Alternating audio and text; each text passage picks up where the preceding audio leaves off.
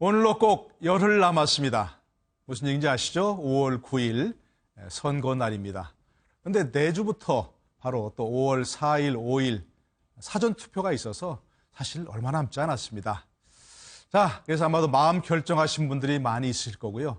아직 결정하지 못하신 분들 오늘 TV 토론 보시면 도움이 되실 거라 생각합니다. 그래서 오늘 네 분 모신 분 소개해드리겠습니다.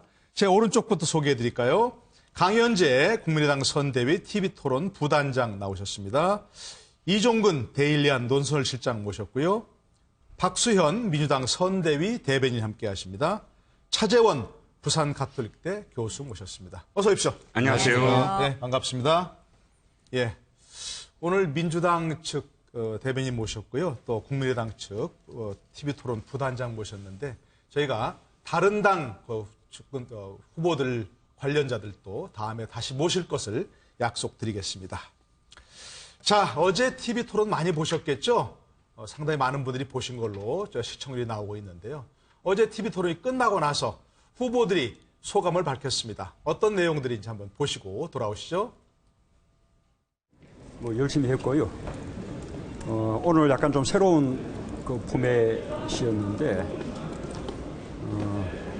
정책 토론에는 아주 도움이 된 것 같습니다. 오늘도 문 후보가 거짓말하대? 오늘도 그 거짓말하더라고.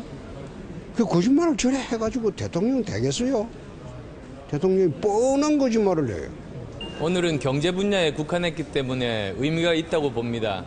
경제 위기 어떻게 극복할 것인지 후보마다 다른 생각들 시청자분들께서 비교해 볼 수 있는 좋은 기회였을 겁니다. 다른 후보들이 워낙 성장에 대한 이야기가 전혀 없어서 홍준표 후보까지 어떻게 성장시키겠다는 이야기 전혀 없어서 그런 점이 제일 아쉬웠어요. 예.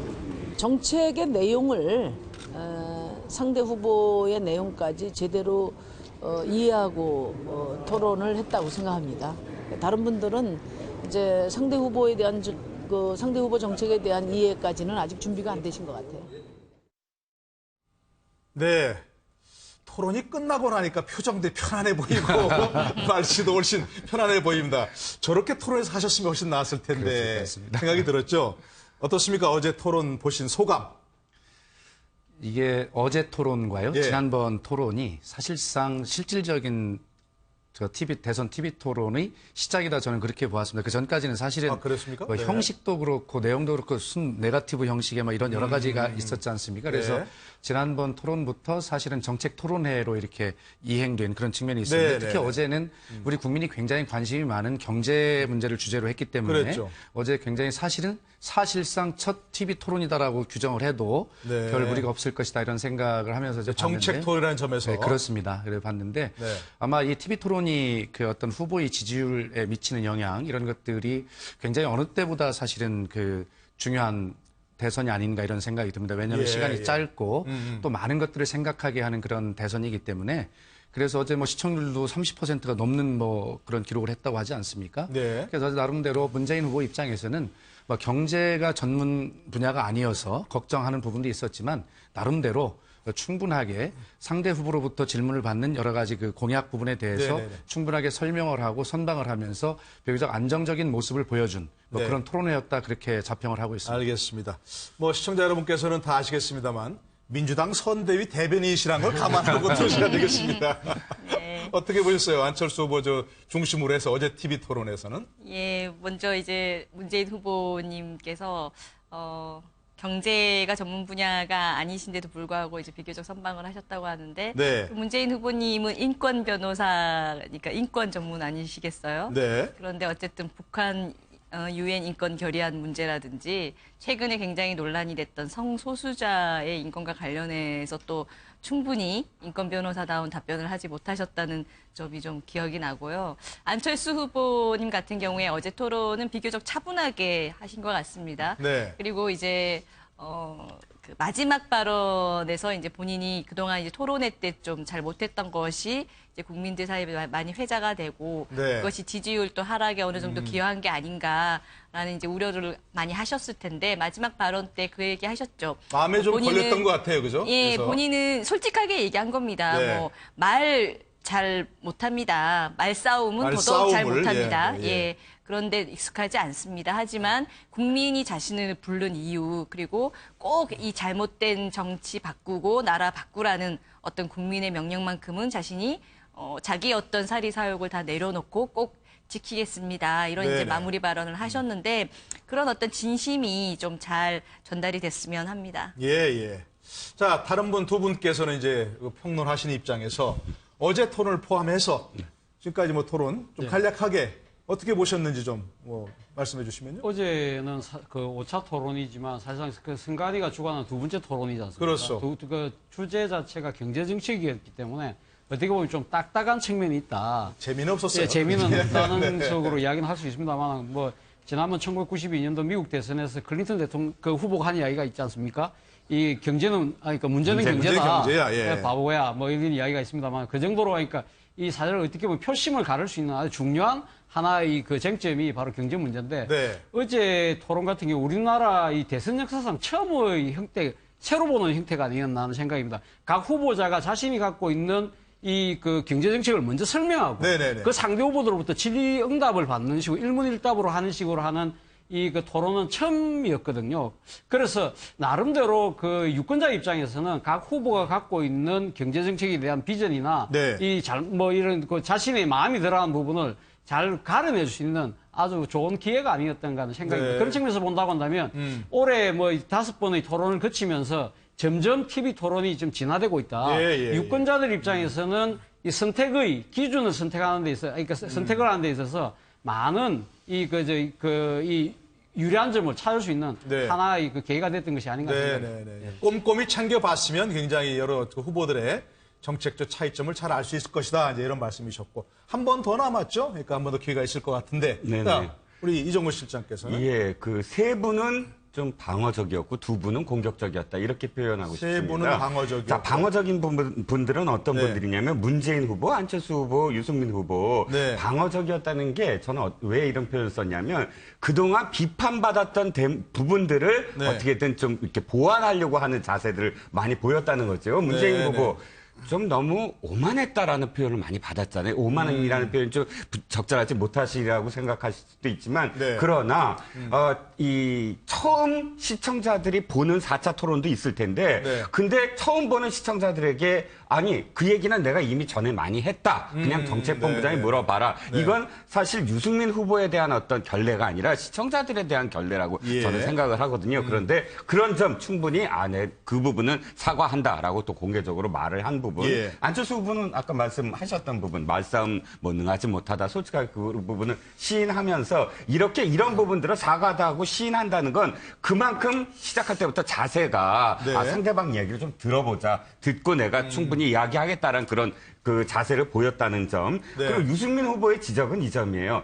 묻는 건 날카롭게 묻고 그다음에 숫자, 디테일이 굉장히 강한데 결점은 또 디테일만 강하다. 디테일에 강한 게 아니라 디테일만 강하다. 즉, 집요하게 묻는 게 중요한 게 아니고 상대방을 막 당황하게 만드는 게 중요한 게 아니라 자신이 그 물은 이유를 수습을 해야 되거든요. 그래서 사실은 이러이러한 점에서 이렇게 사실 해야 된다라거나 이렇게 끝을 닫아야 되는데 상대방이 당황하게 만드는 그런 모습만 계속 즐기는 듯이 그렇게 집요하게 추궁만 하는 모습 이런 것들이 좀 많이 부족하다는 그런 지적을 많이 받았는데 어저께는 어찌됐든 유승민 후보가 질문하다가 그 질문을 왜 했는지 그리고 자기 생각은 무엇인지 이런 걸 밝히는 그런 어떤 그 태도를 보였어요. 그래서 이 세 후보는 좀 그런 점에서 상당히 지적당한 것들을 좀 더 보완하려는 어떤 자세가 있었고 나머지 유승민 후보는 경제학 박사 아닙니까? 그렇죠. 자기 전공이니까. 근데 다 반응이 이래요. 똑똑해. 그런데 어떻게 하겠다고 이런 어떤 느낌. 그러니까 자신의 어떤 그 숫자의 디테일에 강한 모습만 보이려는 게 아니라 그 점에서 내가 어떤 뭐 때문에 이걸 이렇게 물어봤다라는 거를 사실 밝혔어야 됐다는 거죠. 알겠습니다. 이렇게 하시고 아까 우리 그 강현재 부단장님 잠깐 얘기하셨어요. 어떻습니까? 지금 이제 대개 그 캠프에서도 지금 안철수 후보의 지지율이 좀 하락세인 것은 아까 얘기하셨는데 그게 TV 토론에 영향이 있었다고 생각하세요? 어떤 점이 조금 그런 문제점이 있었다고 보시는 겁니까? 안철수 후보님이 TV 토론을 이제 좀 잘 못하신 측면도 있겠지만요. 네. 또 여론조사의 추이를 보면은 홍준표 후보께서 예. 정말 이제 막말에 가까운 어떤 강한 표현, 네. 그다음에 문재인 후보를 정통 보수들의 눈에서 봤을 때는 문재인 후보를 가장 시원하게 공격해주는 후보, 이런 어떤 선명성에 좀 성공했다라고 보여지고요. 네. 그리고 안철수 후보에 대해서 보수를 대변할 수 있는 후보가 아니다. 뭐 박지원 상황론 이런 어떤 이미지 덧씌우기가 예. 보수층에게 좀 먹힌 측면이 있는 것 같습니다. 보수표가 이동했다니까. 이 지금 여론조사 추이를 봤을 때는 기존의 네. TK를 중심으로 하는 어쨌든 보수층의 지지가 안철수 후보님께서 뭐 좀 빠져 있는 네. 그런 모습을 하고 있기 때문에 그런 측면이 있을 거라고 보여지는데요. 네, 그럼 어쨌든 대책은 혹시 있다면? 네, 당 내에서는 네. 지금 이 여론조사에 너무 뭐 매달리다시피 생각하면서 그렇게 부정적으로 보지만은 않고 있고요. 왜냐하면 말 그대로 여론조사잖아요. 아직 이제 그렇죠. 투표율이 좀 다가오고 예. 있기 때문에 이 여론조사에서는 그 최종적으로 내가 정말 투표할 후보라기보다는 지금 순간에서 어떻게 보면 좀 선호도, 네. 호감이 가는 후보 이렇게 좀 가볍게 열어놓고 네. 그 조사에 응했을 수 있는 거거든요. 하지만 이제 최종 투표일이 됐을 때는 네. 누군가를 한 사람 그 확정적으로 찍어야 되잖아요. 그렇죠. 예. 그랬을 때 자신이 찍는 후보가 당선이 될 수 있을까? 내가 이 후보를 찍었을 때는 오히려 원치 않는 후보가 대통령이 되지 않을까. 예. 이런 어떤 사표 심리가 작용을 할 것이기 때문에 네. 마지막에는 그래도 중도 보수층에서 이미 그 문재인 후보를 이길 수 있는 가능성을 보여준 안철수 후보에게 네. 결집할 수 있다라고 기대를 하고 있는데요. 예. 막연한 기대가 아니라 남아있는 기간 동안 네. 안철수 후보께서 지금 김종인 대표님 카드를 활용해서 통합 정부를 이제 강하게 내비쳤는데 네. 이 통합 정부 협치의 모습 그리고 중도 보수 진보 진영을 다 아우르고 지역도 좀 뛰어넘을 수 있는 네. 그런 어떤 그 미래 비전과 협치의 모습을 얼만큼 확실하게 보여주느냐 네, 그걸 네. 보여주면 그래도 이제 신뢰를 가지고 중도 보수층께서 최종적으로 안철수 후보님을 밀어주지 않을까 네, 이렇게 네, 기대하고 있고요. 여론조사는 또 실제로 네. 같은 날 한 여론조사인데도 업체별로 포인트가 꽤 많이 차이가 네, 나기도 많이 하고 다르죠. 예, 여론조사 많이 그래서 저는 네. 4,500만 명이 유권자인 이번 선거에 네. 막판까지 뚜껑을 열어봐야 한다 이런 말씀드리고 예, 싶습니다. 알겠습니다. 근데 지금 말씀하신 거 들어보면 이제 김종인 공동정부 준비위원장 네. 에게 많이 기대를 거시는 것 같고요. 자, 우리 박수현 대변인께 여쭤보면 네. 상당히 좀 요새 고무돼 있으시겠죠? 여론조사 지지를 보시면서 그게 지금 이제 강현재 부단장은 네. 지지율과 여론조사 지지율과 실제 투표에서 투표하는 건 다를 수 있다, 다를 것이다 지금 얘기하시는데 그 점은 어떻게 보십니까? 예, 그것이 뭐- 그대로 지지율과 어떤 투표로 연결될 거라고 보십니까? 예, 어떤 정치인이나 당연히 그런 희망을 가지고 이제 정치를 하고 네. 또 자기 지지자를 끌어내고 이렇게 하는 것 아니겠습니까? 그렇게 네. 되기를 바랍니다. 그러나 결과적으로 지금까지 어떤 이 선거의 역사는 결과적으로 이제 뭐 최종 여론조사 이제 발표 기간이 얼마 남지 않았지 않습니까? 예. 그때 발표된 여론조사가 끝까지 지켜졌다는 이제 선례들이 쭉 있잖아요. 네. 있고 지금 흐름은 강현재 우리 부단장께서는 안철수 후보의 여론이 좀 빠지는 이유를 이렇게 보수표의 흐름에서 찾으시지만 예. 대체적으로 홍준표 후보가 오르니까 안철수 후보가 그렇습니다. 빠진다 예. 이렇게 얘기하시죠? 그런 측면을 설명을 하자면 또 다른 측면을 보면 네. 아까 앵커께 질문하신 거는 이 TV 토론의 영향이 어떤 것이냐를 질문을 하신 예. 부분인데 저는 사실은 문재인 후보는 뭐 TV 토론을 잘 하든 못하든 이게 변화가 없지 않습니까? 그만큼 견고한 지지를 받고 있다는 것인데 안철수 후보가 TV 토론의 이후에 여론조사에 변화가 있는 것은 사실은 TV 토론을 잘할 것이다라고 하는 기대가 문재인 후보보다는 상대적으로 굉장히 높았던 데 기인한 것 같습니다. 네. 그래서 문재인 후보는 선방을 하더라도 그럴 줄 알았어라고 이렇게 생각을 하지만 안철수 후보께서는 잘할 줄 알았는데 상대적으로 좀 실망이네. 이런 것들이 보수표의 어떤 대표 주자를 찾아서 흘러가는 그 흐름과 네. TV 토론에 대한 어떤 실점 예. 이런 것들이 서로 합해져서 지금 예를 들어서 표가 빠지는 것이기 때문에 우리 강현재 부단장의 소망과는 달리 네. 아마 저것은 하나의 트렌드로 저렇게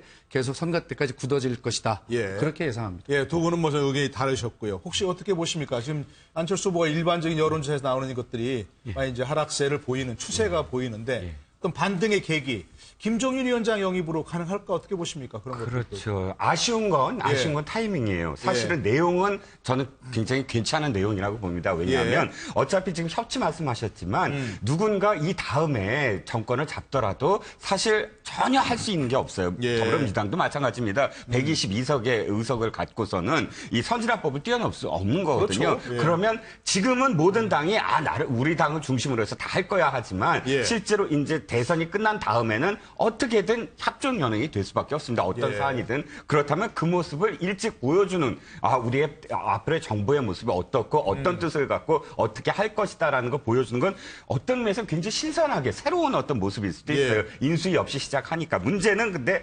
시기죠. 시기가 너무 늦었다. 저는 박지원 대표의 그 백의종군도 너무 늦었다고 생각합니다. 그것이 좀 더 일찍 됐고 이것이 맞물려서 이렇게 어떤 시너지가 됐어야 됐는데 박지원 당대표는 일요일 오후 7시 그게 발표가 돼요. 아무도 알 수가 없었어요. TV토론 1시간 전에 발표가 됐는데 TV토론하는 당사장 상대당 후보들도 모르고 자리에 올 정도로 그것이 임팩트가 없이 흘러버렸거든요. 그 다음에는 또 그 후로 며칠 있다가 지금 김종인 그 대표의 영입 얘기가 나오고 그 행동, 그 퍼포먼스 자체도 따로따로 이렇게 하잖아요. 김종인 대표 30날 한다고 그러고 안철수 대표는 또 그날 그냥 하고 그러니까 이게 뭔가 좀 더 확 하고 사람들한테 임팩트 있게 다가가지 못하는 것. 굉장히 아쉬운. 그리고 내용 자체가 굉장히 좀 형식이 이렇게 되다 보니까 내용을 기대하게 만들어야 되는데 그 기대감이 굉장히 줄어들었다. 되게 아쉬운 대목이죠. 시기적인 문제도 있고 좀 조율이 이제 만드는 것 같다. 이런 이제 아쉬움을 표현하신 거고.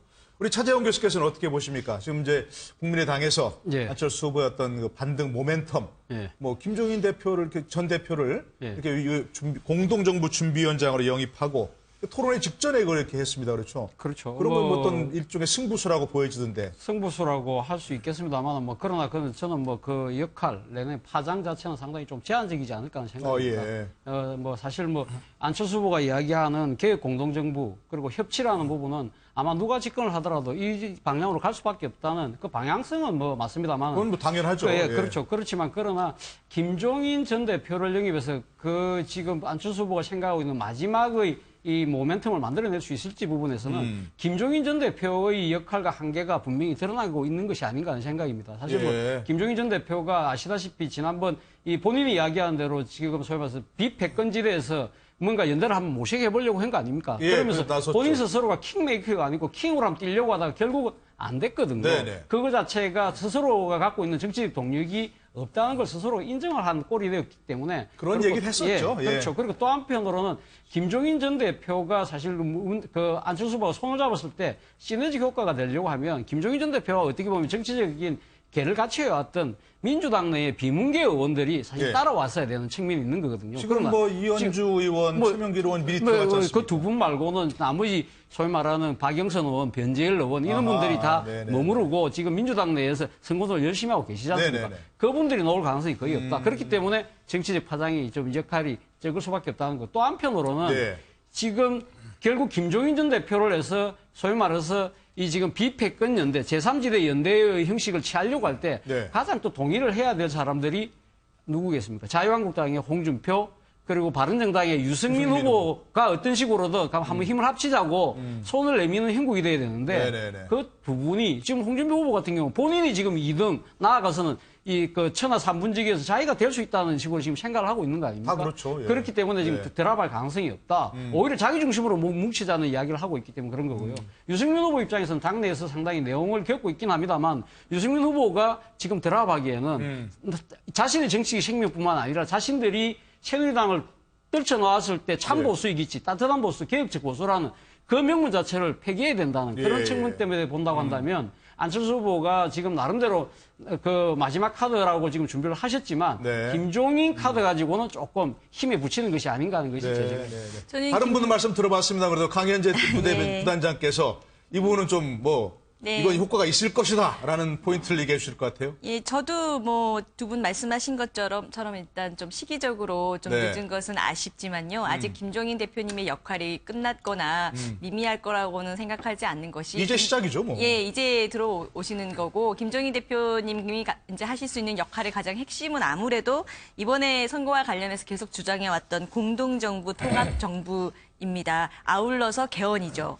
이 두 가지 아젠다에 있어서는 그동안 대선과 관련해서 계속 좀 확고한 어떤 입지를 나름대로 가지고 오셨다고 보고 그것을 갖다가 이제 안철수 후보와 함께 마음껏 발휘하실 수 있는 이제 시간이 열리게 될 텐데요. 네. 저는 이것이 중도 보수는 물론이고 범국민적으로 저는 좀 그 선거 앞두고 상당히 좀 좋은 영향을 줄 수 있다고 봅니다. 네, 왜냐하면 네. 지금 우리 국민들께서 촛불 민심 가지고 박근혜 대통령 탄핵까지 이제 가게 됐지만 그 과정에서 이 촛불 민심이 박근혜 정권을 무너뜨렸다고 해서 뭐 노무현 정권이 살아나거나 친박 패권이 안 된다고 했을 때 친노 패권, 친문 패권은 되느냐. 네. 그렇게 하는 것이 촛불 민심이었다고 보지 않거든요. 네. 그래서 여전히 국민들께서는 이 패권적인 어떤 생각을 가지고 있는 정치 세력, 과거에 어떻게 보면 실패한 정권이라고 할 수 있는 그것을 이제 계승하는 그 정권의 탄생에 대해서 여전히 불안감이 있다고 봅니다.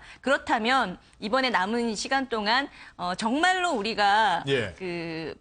자기들이 갖고 있는 의석수가 뭐 118석이냐 이게 중요한 게 아니라 진영을 달리하는 또는 이해관계를 달리하는 당하고도 애초에 출발부터 협치할 수 있는 네. 말만 통합이 아니라요. 어떤 기틀을 실제적으로 마련한 그런 후보를 대안으로 생각할 수 있지 않을까. 네. 남은 기간 동안 그런 어떤 틀을 정말 구체적으로 당장 안철수 후보가 대통령이 되면 바로 이렇게 정부가 시작될 것이다라는 걸 보여줄 수 있을 정도의 구체화를 만약에 예. 할 수 있다면 저는 안철수 후보께 굉장히 좋은 결과를 가져다 주지 않을까라고 보고 있습니다. 알겠습니다. 제가 이제 김종인 전 대표 역할 이제 기대해보고 좀 지켜보도록 하고요. 어제 또 특별한 장면이 있었습니다. 지난 4차 토론에서 문재인 후보가 우리 당 정책본부장하고 얘기하세요. 이렇게 어떤 후보께 얘기했는데 그분에게 또 사과하는 장면이 있었고요. 관련된 내 한번 좀 보시고 돌아오시죠. 맞다. 그 자세한 내용은 아니요, 제 말, 생각에는 제가 우리 유 요거 후보님이 하나만 우리 정책본부장하고 토론하시는 게 좋겠습니다. 이 정도 하고 이야기를 좀 돌리죠. 아닙니다. 이 중요한 늘 제가 우리 유 후보님 시간을 저한테 좀 주신다면 제가 충분히 설명을 드리겠는데 그러지 못하잖아요. 지난번에 저보고 정책본부장한테 물어보라 그러셔가지고 그 정책본부장이 오늘 법인세에 대해서 자세하게 이야기하는 거는 득표 활동에 도움이 안 된다 이러셨더라고요. 그래서 아니 그 세금에 대해서 좀 구체적으로 한번 말씀을 해보시죠. 자, 말이 나와서 말인데 예. 지난번에 제가 우리 정책본부장과 토론하시라 이야기는 제가 사과드리겠습니다. 제가 말씀드리고 싶은 것은 우리 대선 후보들은 좀 큰 방향의 정책에 대해서 토론하고 좀 세부적인 수치라든지 설계라든지 이런 부분들은 정책본부장들끼리 토론했으면 좋겠다. 그런 뜻을 말씀드리고 싶었던 것이고요. 저번에 먼저 4차 토론 끝나고 나서 많이 좀 비판을 받으셨던 부분이겠죠. 예, 많이 비판을 받았죠. 예. 사실은 비판을 받고 사과를 한 것은 참 잘했다 이런 생각이 드는데, 네. 그런데 사실은 유승민 그 후보에 갖는 기대가 저 개인적으로도 굉장히 크거든요. 네. 뭐 대선 이후에 어떤 건전한 보수의 어떤 그 뭐 재건이라든가 이런 측면에서 기대가 큰데 네. 사실은 저 질문을 여러 차례 했고 여러 차례 설명을 했어요. 근데 네. 유승민 후보께서 두 가지 굉장히 결정적인 오류를 가지고 질문을 자꾸 하시는 거예요. 내용이 뭐냐면 간단하게. 그러니까 저게 이제 일자리 창출, 그렇습니다. 81만 네. 개를 창출하는데 네. 소요 재원 얘기를 하던 그렇습니다. 거죠. 그런데 두 가지 오류가 뭐냐면 81만 개에 21조 원 아니겠습니까? 네. 5년 동안. 그런데 유승민 후보는 5년 동안 21조니까 1년에 4조 2천억이라고 그건 5분의 1로 나눠놓고 일자리는 나누지 않고 통으로 그걸 나눠가지고 구급 1호봉으로 계산해도 40만 원짜리 일자리다 이렇게 계속 너무 폄훼해서 비판을 하시니까 네. 아니 돈을 5분의 1로 나누려면 일자리도 5분의 1로 나눠야 되는 거 아니냐 이런 이야기를 설명을 했는데 계속 같은 프레임을 질문하셨고 또 하나 오류는 81만 개 중에 공무원 일자리는 17만 4천 개라고 뭐 수십 번 설명을 했는데 그날도 있었죠, 저희가. 근데 그걸 인정을 안 하고 계속 똑같은 질문을 하니까 정책에 대해서 이해를 잘 못 하시고 계속 하시니까 전 그걸 본부장에게 좀 물어봐서 잘 파악했으면 좋겠다 이런 취지로 말씀을 했는데 그러나 결과적으로 국민이 들으시기에는 오만하다 이렇게 들으신 것이거든요. 저런 사과한 건 잘했다고 보여요. 사과한 건 잘했다고 그런데 한 가지 생각합니다. 좀 질문 드리고 싶은 건 유승민 후보가 5차 토론에서 질문한 부분입니다. 네. 아니 공약집에다가 세부적으로 수치라든지 이런 걸 공개하는 게 득표에 도움이 안 된다? 그 국민들이 알아야 되는 거 아닙니까? 예를 들어서 세금을 올린다고 할다든가 이렇게 세율을 바꾼다든가 할 때 이럴 때 그분은 어떻게 하십니까? 윤호중 정책본부장의 발언도 적절하지 못한 것입니다. 그러니까요. 사실은. 그러나 팩트는 예를 들어 이 굉장히 중요한 문제입니다. 이게 세법과 이 세율 관계에서는 중요한 문제이기 때문에 다른 어떤 후보도 이 부분에 대해서는 정확히 기술하지 않고 있는 것이 팩트고요. 또 저희 안이 있습니다만 이 부분을 왜 그러냐면 그 집권 후에 이 원내 사당 체제에서 이 부분은 굉장히 중요하기 때문에 서로 협의를 해야 될 문제거든요. 그럴 때 저희 안을 딱 못을 박아놓으면 이것이 가이드라인이 되어서 협의가 쉽겠느냐 이런 어떤 걱정이 하나 있는 것이고요. 집권 후 협의해서 그렇습니다. 정하겠다. 다른 후보도 이 부분에 대해서는 기록을 안 하고 있기 때문에 우리 거만 먼저 밝혀놓으면 그 부분이 좀 곤란할 부분이 있겠다는 걱정이 하나 있었고요. 두 번째는 이것이 협의가 되더라도 내년 말쯤 시행 단계가 되거든요. 남은 기간이 굉장히 길어요. 그렇기 때문에 논쟁을 굉장히 많이 유발할 수 있는 측면이 있어서 그런 측면에서 사실은 기록을 안 했다는 것인데 그렇게 설명을 좀 잘 하면 되는데 윤호중 우리 정책본부장이 그렇게 지금 앵커께서 말씀하신 대로 그렇게 설명한 것은 적절하지 못했다. 이렇게 말씀을 드릴 수 있겠습니다. 그러니까 이렇게 설명하면 그걸 왜 그렇게 해가지고 투표할 때 도움이 안 된다? 이건 좀. 근데 그럼에도 불구하고 저는 어제 문재인 후보 토론 보면 좀 많이 좀 아쉬웠던 부분이 결국 지금 이게 문재인 후보가 갖고 있는 그 지금 일자리 공약이 그거 아닙니까? 세금이나 재정을 투여해서 일자리를 만들고 거기에서 공공 일자리가 늘어나면 가계 소득이 늘어나고 그 가계 소득이 늘어나면 소비 주출이 늘어나고 거기에서 성장이 된다. 이 선순환 구조를 이래 말씀하시는 거잖아요. 일종의 마중물로 그렇죠. 이제 한다, 그런 식으로 얘기죠. 이제 이렇게 한 부분인데 어제 그 부분도 딱 부러지게 유권자들이 들었을 때 귀에 쏙오게 말씀을 못 하셨어요. 그래서 계속적으로 유승민 후보가 소득을 누가 어떻게 만든답니까? 계속적으로 질문을 당했던 부분인데 저는 그건 그렇다 치더라도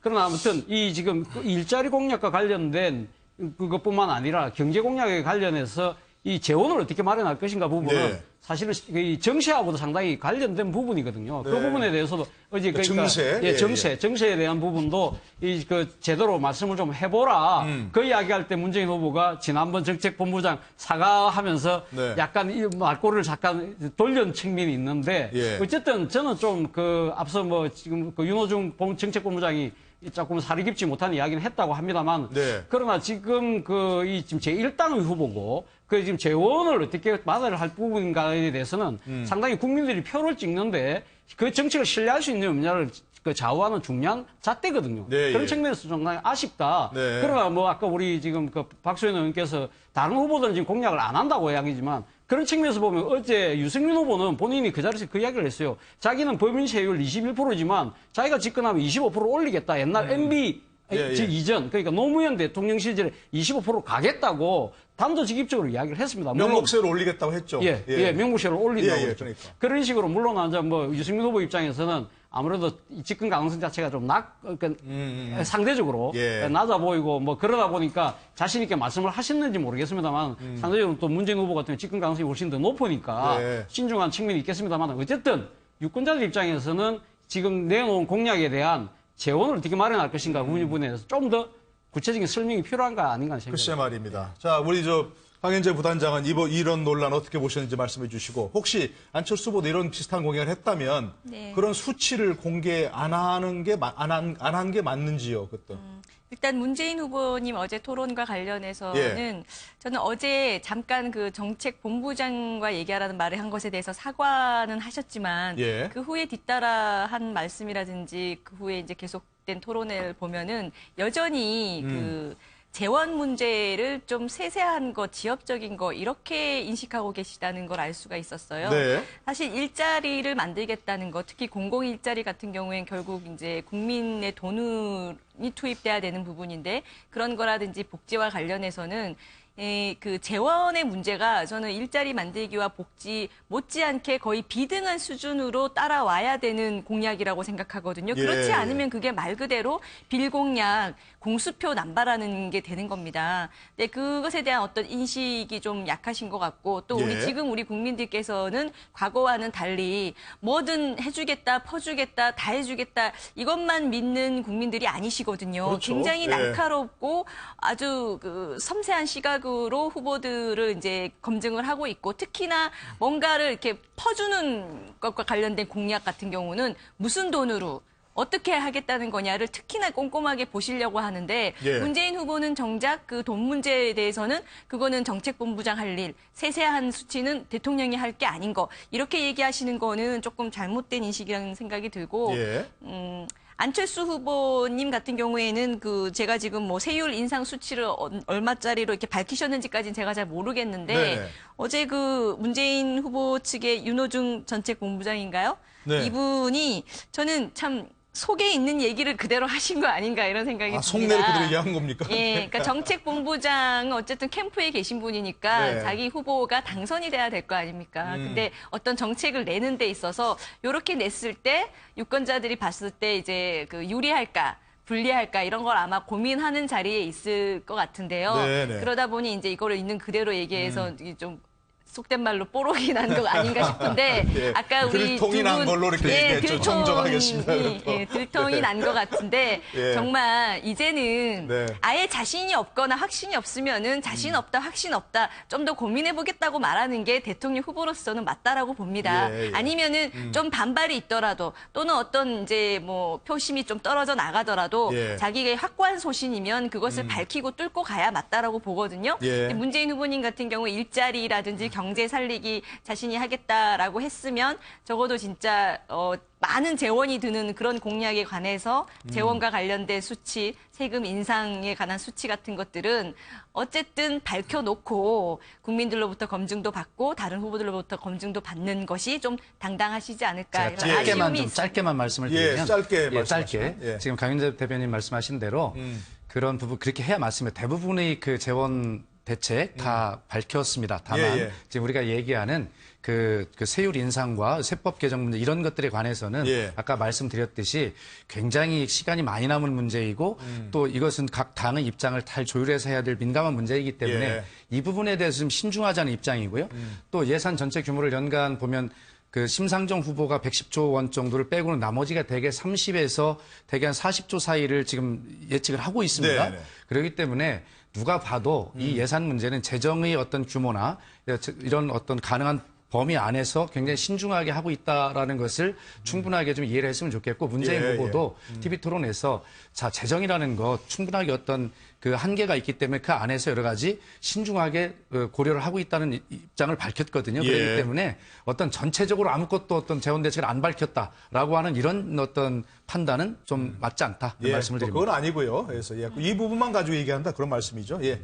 예, 저는 일단 먼저 이제 안철수 후보에 대해서 말씀을 좀 드리고 싶은 게 예. 지금 강 단장께서 말씀하신 부분, 그러니까 문재인 후보 뭐 지적 다 하시고 이제 안철수 후보도 하시면서 이제 세율 말씀을 좀 하셨잖아요. 그런데 그게 딱 저는 시청자들이랑 똑같은 느낌이에요. 뭐냐면 기억에 남지 않는다는 거. 자, 지금 복지 굉장히 중요하고 세율 문제에 대해서 논쟁을 벌어졌을 때 지금 문재인 후보를 중심으로 해서 심상정 후보, 유승민 후보 이 세 후보의 재원 마련과 그 복지 정책에 대해서는 시청자들이 확실히 기억을 해요. 네. 논쟁을 하기 때문에 서로. 그런데 여기에 지금 안철수 후보가 좀 그러니까 뭐랄까요, 좀 열애되고 있다라는 생각이 많이 들어요. 5차까지 네. 해서 안철수 후보가 어떤 복지 정책을 정확하게 하려고 하는지, 재원이 어떻게 마련돼야 되는지에 대한 기억은 잘 안 남거든요. 네. 그러니까 그 논쟁보다는 사실 모든 부분들이 다 안철수 후보는 중소기업 문제에 굉장히 천착을 하시는 건 좋지만 그러나 모든 문제가 다 중소기업만 살리면 될 수 있는 건 아니니까 그 부분에 저는 안철수 후보의 전략적인 어떤 전 미스라고 봐요. 예. 내가 자신 있는 것만 계속 이 인상만 지어주면 되는 건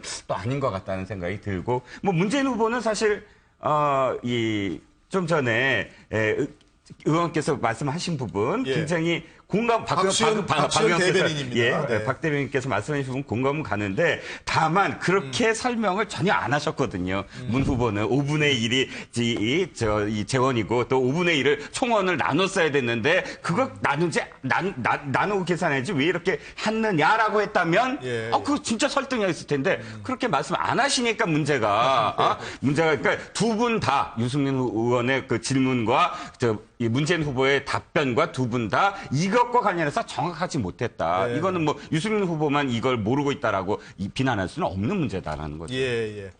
그 자세한 내용은 대변인에게 들으십시오. 이렇게 하면 되지도 않을까 싶기도 하고요. 패러디를 또 해주시는 거죠. 네, 알겠습니다. 또 어제 또 그 토론에서는 경제 토론이었는데 갑자기 총리 문제 놓고서 또 문재인 후보와 안철수 후보 간에 논란이 벌어졌었죠? 먼저 한번 보시고 우리 얘기 나누도록 하죠. 선거 끝나면 정부 구성이 조속하게 이루어져야 되는데 지금 우리 안 후보님은 국무총리를 국회 추천에 맡기겠다 이렇게 오늘 공약하셨어요. 그러면 교섭단체 대표들이 합의되면 그것을 받아들이겠다고 했습니다. 그러이 국회 합의에 맡긴다면 그 얼마나 많은 시간이 걸리겠습니까? 그렇게 해서 조속하게 총리 후보를 지명할 수 있겠습니까? 저는 당선되면 그 다음날 곧바로 총리 후보 지명을 할 수 있어야 된다고 생각하는데 이게 우리 경제 위기에 대한 대처나 안보 위기에 대한 대처 면에서 문제가 있는 발상 아닙니까? 그건 방법들이 다 다릅니다. 가장 먼저 해야 되는 일은 협치의 틀을 만드는 것부터 해야 되지 않겠습니까? 그래야 국회에서 개혁 입법이 통과될 수가 있습니다. 그래서 그 과정 중에 저는 동시에 논의하는 것이 옳다고 봅니다. 네, 저기 이제 먼저 얘기를 좀 박수현 대변인께 들어보죠. 왜 이제 네. 저게 문재인 후보가 저를 문제 삼았는지 좀 들어보시고 네. 궁금한 게 네. 당선되자마자 바로 총리 지명한다고 하셨으니까 네. 염두에 두고 있는 분이 있는 것 같은데 혹시 아세요? 어떤 분인지? 제가 대변은 하지만 그 속까지는 알 수 없어요. 근데 왜 저게 어떤 그 공격 포인트가 돼야 되는 건지? 예, 네. 지금 어쨌든 국민께서 다 아시지만 이 국정농단과 민주주의 붕괴로 인해서 새로 출범되는 이 새 정부는 인수위도 없이 바로 출범해야 되고 그렇죠, 예. 많은 위기를 극복하고 새로운 대한민국 길을 제시해야 되지 않겠습니까? 그런데 사실은 안철수 후보께서 제시하신 저 국회 추천 총리제라고 네. 하는 것은 민주당 경선 과정에서도 안희정 충남지사가 제안했던 이야기거든요. 국회 네, 다수당에게 국회 추천 총리 추천권을 주겠다 네. 이렇게 했는데 사실 이런 문제입니다. 저것이 어쨌든 저희가 좀 여유가 있는 기간이라면 저런 협치 이틀을 만들어내고 네. 저런 어떤 청와대와 국회의 협치 또 국회 안에서 정당 간의 협치 이런 틀을 만들어내면 얼마나 좋은 민주주의 원리겠습니까? 네. 그런데 이번에는 과연 그렇게 되겠는가라고 하는 어떤 절박성이 있고 시급성이 있고 이런 위기를 빨리 극복해 가는데 지금 사실은 안철수 후보님의 말씀은 그냥 국회끼리 논의해봐라 이렇게 던져놓으신 거거든요. 네네. 그렇다면 사실은 민주당에게 주실 일은 없는 상황이잖아요. 왜 그러냐면 어떻게 아십니까 그것도? 아니 김종인 대표를 영입해 가시면서 네. 결과적으로 김종인 대표는 자유한국당과 국민의당과 바른정당의 연대 내지는 뭐 이런 것들을 좀 주장하시는 분 아니겠습니까? 그렇죠, 예. 그렇다고 본다면 결과적으로는 그 중에서의 다수당인 자유한국당에게 국회 총리 추천권을 주겠다는 말이나 네. 다름이 아니다 이렇게 해석될 수가 있거든요. 네네. 그렇기 때문에 그러면 국회 일당인 민주당을 제외하고 그렇게 된다면 이것이 오히려 원리는 맞지만 지금 당장 시간이 굉장히 오래 걸릴 것이다. 네. 이런 부분들을 지적하는 것이고 네. 그래서 문재인 후보는 그런 어떤 민주적인 국회 운영의 원리를 당연히 인정하지만 이번만큼은 이런 위기 시대를 맞이해서 총리는 빨리 예. 임명을 해서 이런 문제를 수습하는데 빨리 활용을 하고 그리고 안철수 후보께서 말씀하시는 저런 협치 틀을 만들어가는 과정도 이것이 네. 빨리 돼야 되는 것이니까 네. 뭐 그런 측면을 말씀하신 거라고 보시면 되겠습니다. 예. 그러니까 두 가지 말씀하신 것 같아요. 우선 시급하다, 그죠? 네. 그다음에 또 한 가지는 혹시 그렇게 되면 결국 자유한국당의 어떤 영향력이 가장 크지 않겠냐 이런 말씀이신 것 같은데 강현재 부장님. 예, 그 안철수 후보는 분명히 이제 교섭단체 대표 간의 합의, 그러니까는 예를 들어 안철수 후보님을 중심으로 한 우리 국민의당이 아닌 다른 진영, 다른 당 간에 서로 간에 이제 다 오케이 할 수 있는 후보를 네. 만들어 오기만 하면은 그 뜻에 따르겠다라고 얘기했는데 그렇죠. 민주당 분들은 꼭 총리 추천권이나 뭐 추천 참여권이나 이런 걸 드려도 안 하시네요, 보니까. 지금도. 아, 민주당에도 드린다고 드릴 가능성이 해도 있습니까, 그러면? 아니, 그러니까는 지난번에 왜 네. 우리 국민의당이 그 박근혜 대통령 탄핵되기 전에 네. 그 총리를 빨리 황교안 총리에서 바꾸자라고 하면서 민주당에 오로지 민주당에서만 그냥 추천하시는 분으로 하게끔 저희는 추천권을 양보했었는데도 그때도 안 하시더라고요. 그러니까 제가 드리고 싶은 말씀은 뭐냐면 안철수 후보의 얘기는 있는 그대로 받아들이시면 되기 때문에 안철수 대통령이 총리를 추천해 주십시오, 합의해 주십시오 하면 거기에 민주당이 적극적으로 관여를 하시면 된다는 말씀을 드리지 자유한국당의 추천권을 사실상 주는 거다 이런 말씀은 너무나 왜곡된 말씀이시고 그러니까 민주당도 거기에 적극적으로 참여할 수 있다? 물론이죠. 네. 그리고 그 문재인 후보께서 그 자신은 바로 총리 지명을 할 것이기 때문에 시급하게 국정 운영을 할 수 있다라는 말씀은 확실히 받아들일 수가 없는 얘기입니다. 왜냐하면 잘 아시다시피 대통령이 지명한다고 국무총리가 되지를 못해요. 그렇죠. 우리 박근혜 정부 때 생각해 보시면 얼마나 많은 총리 후보자들이 낙마를 했는지 모릅니다. 문창극이라는 분 계셨죠? 이동흡 헌재 소장님 계셨죠? 안대희 전 대법관. 너무 많은 총리 후보들이 대통령이 이 사람 했으면 좋겠다 해도요. 되지를 않았어요. 그래서 정홍원 총리께서 본의 아니게 굉장히 장수를 하셨거든요. 그러니까 기억나실 겁니다. 동의를 받아야 되는 절차가 그러니까 있으니까. 문재인 후보께서 대통령 된 다음에 본인이 딱 한 명을 지명해서 던져놔도요. 바른정당이니 자유한국당이니 뭐 의석수 비슷비슷하잖아요. 지금 민주당도 많지 않잖아요. 거기서 엄청나게 또 비토를 할 것이고 여러 가지 검증을 할 것이기 때문에 안철수 후보님이 얘기하는 이 방식은 뭐냐면 지명을 빨리 하는 게 중요한 게 아니다. 어차피 다른 진영, 다른 당들이 빨리 오케이를 해주는 게 중요하다는 거죠. 그 오케이를 빨리 하기 위해서 아예 처음부터 그쪽에다가 추천권을 해서 추천권을 드릴 테니 합의에 오라고 하면은 사실상 그걸로 국회 동의가 끝나는 게 됩니다. 이게 더 빠르고 이게 더 협치의 정신이고 자신의 어떤 권한을 내려놓은 거다. 저는 이렇게 말씀드리겠습니다. 혹시 어떻게 보십니까? 이 부분은 이런 설전에 대해서는? 저는 강 대변인 말씀을, 부단장 말씀을 완전히 진짜 공감합니다. 자, 뭐냐면 우리가 언제나 되풀이되어 왔던 과정이 우리는 대통령제하고 국무총리제하고 사실은 반반으로 섞어놓은 셈이에요.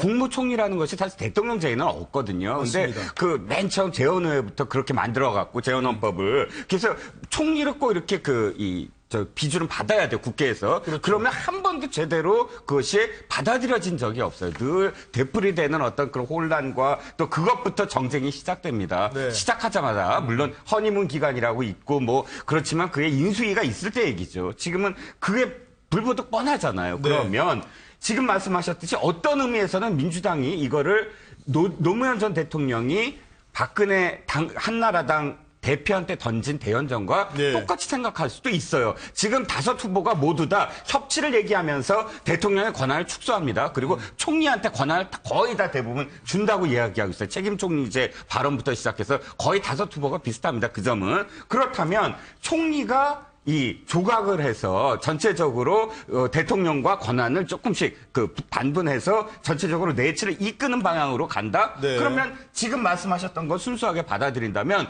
그야말로 대연정도 가능해요. 안희정 지사가 말씀하셨던 대연정도 일당이 주도적으로 하나의 어떤 총리를 추천을 하고 대신 조각이라든지 이런 부분들을 양보하고 또 어떤 안들 각 당이 냈던 공약들을 또 서로 양보하면서 그 다음에 대통령을 중심으로 해서 서로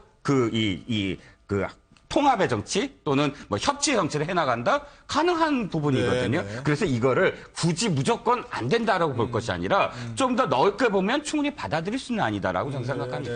차재홍 교수께서는 어떻게 보십니까? 저는 근데 지금 두 분 각 당의 지금 어떻게 보면 입장을 대변한 두 분은 좀 솔직한 속내를 말씀 안 하시는 것 같아요. 제가 봤을 때는. 솔직하게 말씀하신 것 같기도 한데 어떤 면에서 그렇습니까? 저는 지금 안철수 후보가 사실은 지금 국회에다가 총리 추천을 주겠다. 그 말한 시기 자체가 지금 김종인 전 대표하고 지금 회동하는 시점과 맞물려서 나온 이야기거든요. 거기서 그런 얘기 했단 그 이야기를 하고 또 개혁 공동정부 추진을 또 김종인 대표에게 맡기는 측면이 있는 거 아닙니까? 그렇다고 한다면 이 민주당 쪽의 입장에서 봤을 때는 이 선거 전에 단일화는 하지 않지만 사실상의 단일화 또는 연대를 위한 정치적 고리로서 이걸 사용하고 있는 것이 아니냐. 상당의 연대를 그렇죠. 그런 정치적 고리로 사용하는 측면이 있다는 거예요. 그렇기 때문에 오늘 문재인 후보가 오늘 유세에서 이 이야기를 했네요. 선거만 이기려는 정권 야합이다. 이 부분을 이렇게 강하게 비판을 했거든요. 그렇기 때문에 사실 오해받을 소지는 분명히 있습니다. 그럼에도 불구하고 또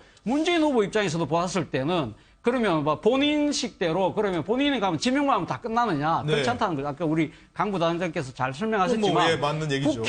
국회에서는 그 총리는 이 그 인준을 받아야 되거든요. 네. 근데 사실 박근혜 정부 때는 이 새누리당만 가반 의석이 넘었어요. 넘었는데도 불구하고 매번 낙마가 됐었거든요. 그렇죠. 그렇기 예. 때문에 사실 어떻게 보면 문재인 후보가 만약에 집권을 한다 하더라도 네. 총리를 지명하고 나서는 어차피 원내 교섭단체들하고 상당한 협의를 진행을 할 수밖에 없는 상황이라는 거죠. 예. 그렇다고 한다면 두 후보 다 지금 일종의 대선이라는 큰 그 이익을 놔둬놓고 이 총리 추천권을 갖고 정치적 공방을 벌이고 있는 것이 아닌가 하는 게 제 생각입니다. 예.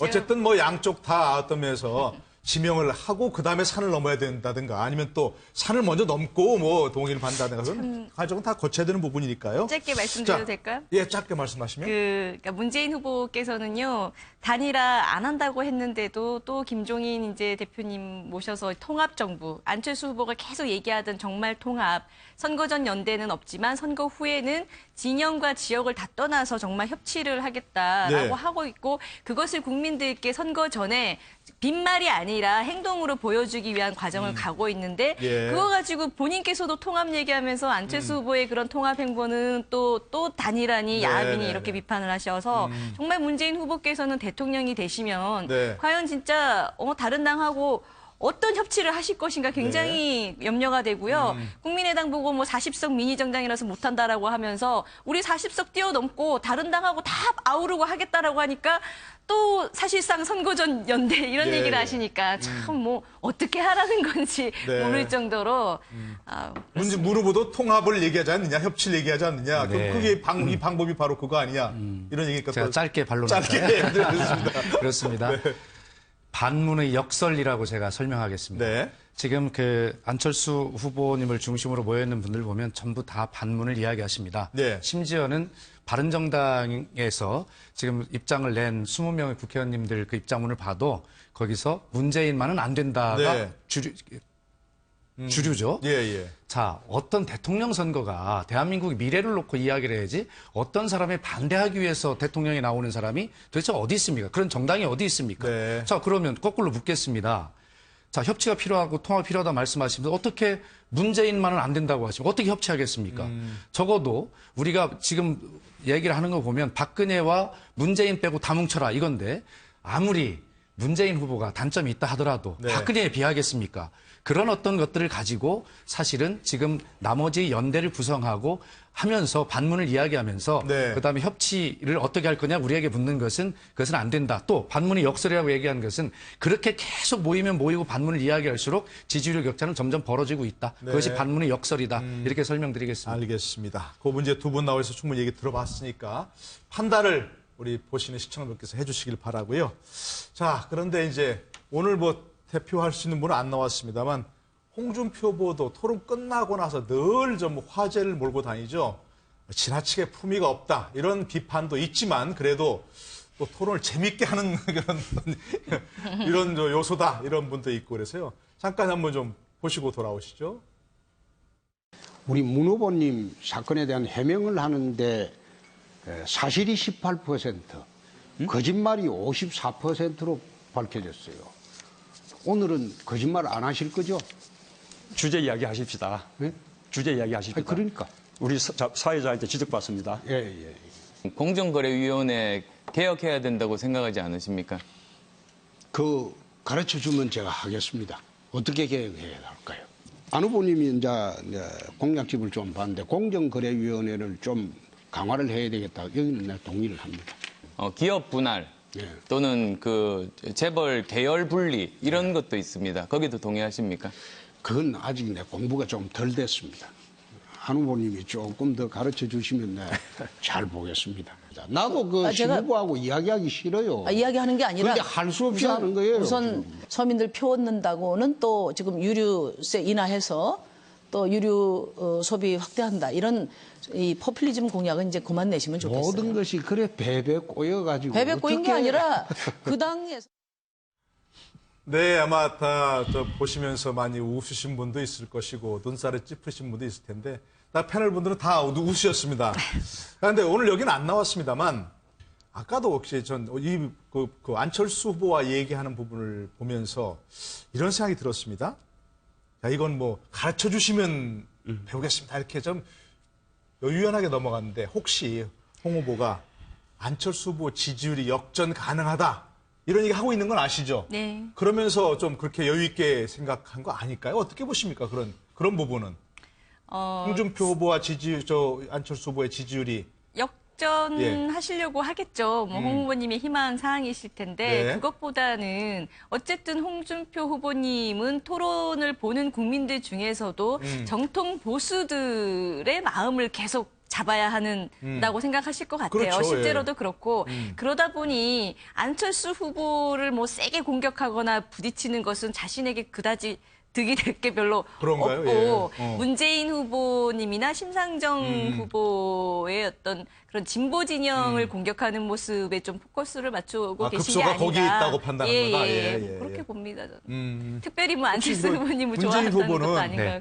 지금 홍준표 후보가 안철수 후보의 지지율을 깎아먹고 있으니까 상당히 좀 이렇게 좀 좋아하는 거 아닌가요? 어떻게 보세요? 뭐 결과론적으로 그런 측면들이 뭐 있다 언론에도 분석도 합니다만 네. 적어도 한 나라의 대통령과 지도자가 되겠다고 하는 어떤 분들이 네. 뭐 그런 정도 생각을 할까요? 그렇게 생각을 가지고 있는데 네. 어쨌든 분명한 것은 지금 저 주인 잃은 보수라고 하지 않습니까? 표류하는 보수 이렇게 얘기를 하는데 네. 결과적으로 저는 이런 생각을 갖습니다. 대선 이후에 어떤 예를 들어서 지금 정권 교체가 더불어민주당으로의 정권 교체 가능성이 더 큰 것은 사실인데 네. 이 이후에 대한민국 사회를 정말 잘 이끌고 갈 수 있는 또 한 바퀴 축인 보수 세력이 어떻게 재편이 될 것인가에 대한 관심을 가지고 지켜보고 있거든요. 네. 그런 측면에서 홍준표 후보께서도 어쨌든 국정농단이 한 세력이었다는 것을 잘 반성하는 마음을 잘 가지고 국민께 어필을 해야 네. 저 지지가 안철수 후보의 지지를 뺏어와서 한순간 올라간 이런 것이 아니라 좀 안착되는 어떤 새로운 보수에 대한 기대 이런 것들을 가지고 예. 대한민국 미래를 쓸 수 있다 이런 생각을 하기 때문에 TV 토론을 재밌게 해주시는 건 감사합니다만 반성과 새로운 보수의 비전 이런 것들에 대해서 지금부터 국민께 정확히 말씀드리는 태도가 중요하다 이렇게 생각을 합니다. 예. 자, 우리 다른 패널분께는 홍준표 후보와 우리나라 지금 뭐 보수 세력이 있는 건 사실이지 않습니까? 그렇죠. 예.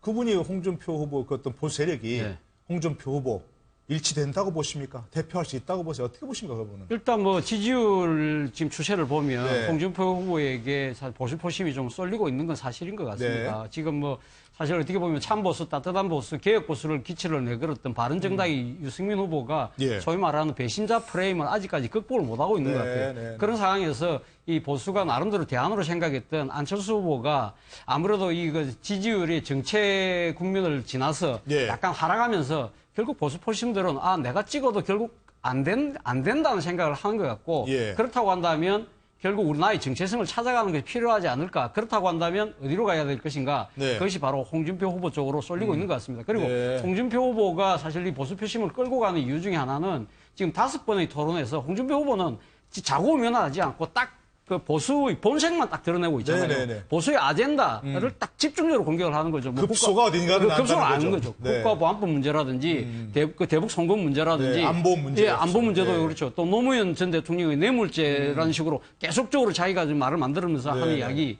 그리고 또 하나는 강성 기종 노조 아닙니까? 강성 기종 노조 타겟으로 하고 있는 거죠. 그런데 저는 그 생각합니다. 지금 보수의 표심들이 쏠리고 있는 건 맞지만, 그러나 보수는 또 한편 이 생각할 거예요. 과연 이 지금 홍준표 후보가 저렇게 말하는 부분, 시원한 부분이 있지만, 우리 품격이 이 정도밖에 안 되나? 그런데 대한 좀 나름대로 이 자책이랄까요? 이런 것도 좀 느껴지지 않을까 생각인데, 오늘 홍준표 후보가 김해에서 유세를 하면서 이야기를 했다고 그럽니다. 뭐라고요? 좌파한테 엄청 많이 당하고 있는데, 도둑놈의 XX들이라고 원색적으로 비난을 했다고 하거든요. 이러한 것들을 만약에 보수 유권자들이 봤을 때 진짜 찍고 싶다 하더라도 한 번 더 생각하는 그런 순간이 오지 않을까. 그런데 오늘 거기에 대해서는 홍준표 후보 이렇게 이야기했답니다.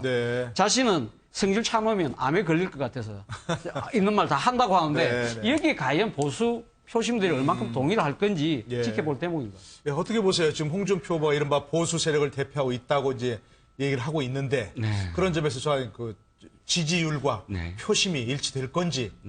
예. 일단 지금 비박 반문의 보수가 문제였어요. 문제는 비박 반문이라는 게 무슨 말씀이냐면, 자, 우리가 대통령이 어떤 탄핵을 물었을 때 80대 20이었거든요. 자, 20은 어찌됐든 뭐 대통령은 탄핵하지 않아야 된다라는 것이고, 그럼 이것이 어쨌든 보수라고 치면, 나머지 80의 보수표도 있다는 거죠. 네. 지금 우리 지역이 40대 20이라든지 혹은 지난 5년 전에 51대 49라면 최소한 40에서 50 정도의 보수표가 있는데 20 빼면 그것이 20에서 30 정도의 그래도 박근혜 대통령은 잘못했다라고 생각하는 사람들이 있었어요. 네. 근데 그 사람들은 사실 문재인의 마음을 딱 문재인 후보한테 주기는 좀 굉장히 불안한 그런 생각을 갖고 있고, 이분들이 원래 이제 맨 처음에 반기문 총장, 그다음에 황교안 총리, 그다음에 마지막으로 안희정 지사까지 가다가 이제 안철수 후보까지 갔는데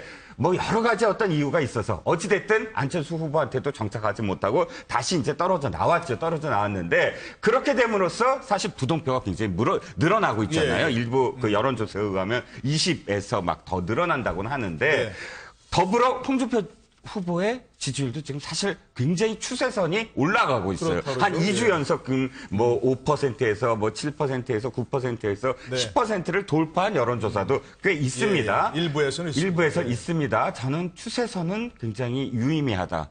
급격하게 올라가는 추세선은 계속 올라가고 있거든요. 한 번은 조정기를 받겠지만 그럼에도 불구하고 어디까지 올라갈 건가 하는 것은 저는 상당히 지금 탄력을 받고 있다고 생각을 해요. 왜? 지금 그래도 어찌됐든 내가 보수이고, 또 지금 안철수 후보한테 가려는 표는 좀 더 정신이 번쩍 든 거예요. 안철수 후보는 국민의당인데 국민의당의 시장은 어떻게 되지? 시작은 뿌리는 어디 있지? 이렇게 생각을 하다 보면 안철수 후보한테 가는 게 옳을까? 이런 고민, 자신의 어떤 정체성에 대한 고민을 하기 시작했다. 그러면 저는 반반이라고 생각해요. 일부는 홍준표 후보한테 충분히 갈 겁니다. 그리고 지금 추세선이 그걸 증명을 하고, 일부는 사실 이 투표를 안 할 가능성, 전체적으로 투표율이 낮아질 가능성, 그 가능성이 충분히 있다고 보여집니다. 보수 표심 중심으로 말씀하셨고요. 보수 표심. 그것도 정말 저희가 다음 주에 발표되는 여론조사 추세가 어떤지 한번 지켜봐야 할 부분 중에 하나인 것 같고요. 자, 막바지 변수가 될까 했는데 어제 토론에서 문제가 됐었죠. 사드 문제입니다. 사드 문제는 끊임없이 처음부터 안보 관련해서 문제가 됐었는데, 어제는 특히 돈과 관련된 문제 있습니다. 그렇죠? 트럼프 대통령이 갑자기 10억 달러에 이르는 비용을 한국에 청구하겠다, 이렇게 얘기해서 그런데요. 관련된 토론 보시고 돌아오시죠. 트럼프 대통령이 사드 배치 비용 10억 달러를 청구했다고 하는데, 돈 내라고 하면 사드 도로 가져가라, 이렇게 당당하게 말해야 되지 않습니까? 막대한 재정 부담이 초래되게 됩니다. 저는 그 때문에라도 반드시 국회의 비준이 필요하다고 생각합니다. 사드 배치 문제는 역시 다음 정부에 넘겨서 논의할 문제입니다. 트럼프 대통령이 그거는 오히려 다른 목적을 가지고 뭐라 그럴까요? 표현이 그렇습니다만 질러본 거라고 생각합니다. 만약 10억 불 낼 것 같으면 그거 한 개 포대 사오면 되지. 뭐 하려고 10억 불 내고 빌립니까? 트럼프 대통령이 중국과도 마찬가지로 처음에 외교적인 관계를 시작할 때 기본적인 가정조차도 다 이렇게 한 번씩 흔들었습니다. 한국 대통령이 뽑히기 직전에 아마 그런 여러 가지 시도 중에 하나라고 봅니다. 트럼프 대통령이 사드 배치에 10억 불 내라고 하는 것은 좌파 정부가 들어오면 이제 코리아 패싱을 하겠다는 그 뜻입니다.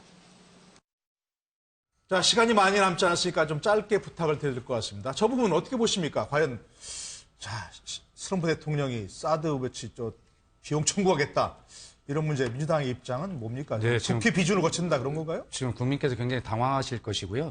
지금 모든 대선 후보들이 사드에 관한 입장이 변화를 하고 있는 그런 측면에서 나온 것이기 때문에 아마 트럼프가 마음 놓고 질러본 것이 아닌가, 이런 생각을 하고요. 그렇기 때문에 이 문제는 차기 정부로 넘겨서 차기 정부의 외교적 협상력을 강화하도록 하는 카드로 써야 된다라고 하는 문재인 후보의 주장이 옳았다는 게 증명이 되고요. 그런 걸 다 떠난다 하더라도 우리 방위 분담금이 9,400억 정도인데 1조짜리를 가서 중국품 사다가 돈 내라고 하는 게 말이 됩니까?